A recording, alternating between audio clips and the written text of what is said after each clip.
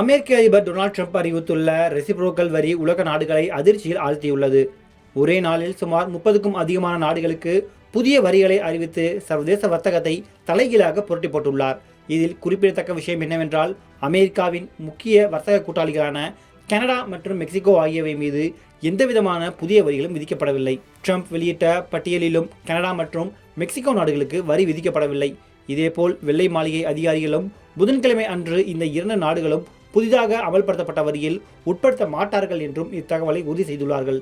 Canada மற்றும் Mexico ஆகிய இரண்டு நாடுகளும் ட்ரம்ப் நிர்வாகத்தால் ஏற்கனவே சில முக்கிய பிரிவுகளுக்கு வரிகள் விதிக்கப்பட்டுள்ளது குறிப்பிடத்தக்கது.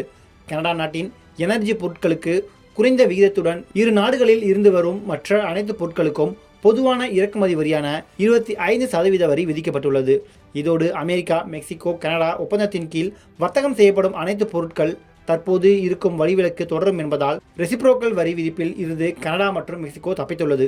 இதன் மூலம் உலகில் உள்ள நாடுகளை காட்டிலும் அமெரிக்காவுடன் வர்த்தகம் செய்வதில் கனடாவுக்கும் மெக்சிகோவுக்கும் அதிகப்படியான லாபம் உள்ளது. கனடா மற்றும் மெக்சிகோ ஆகியவை ஏற்கனவே அமெரிக்காவுடன் பேச்சுவார்த்தை நடத்தி வருகிறது. இதில் ட்ரம்ப் விதித்த சில வரிகளை திரும்ப பெற்றாலும் நேற்று அறிவிக்கப்பட்ட அனைத்து இறக்குமதியான 10% அடிப்படை வரி கனடா மற்றும் மெக்சிகோ நாடுகளுக்கு பொருந்தும். இதேபோல் ட்ரம்ப் அரசு இந்த ரெசிப்ரோக்கல் வரி விதிப்பை துறை வாரியாக விதிக்காமல் நாடு வாரியாக விதிக்கப்பட்டுள்ளது.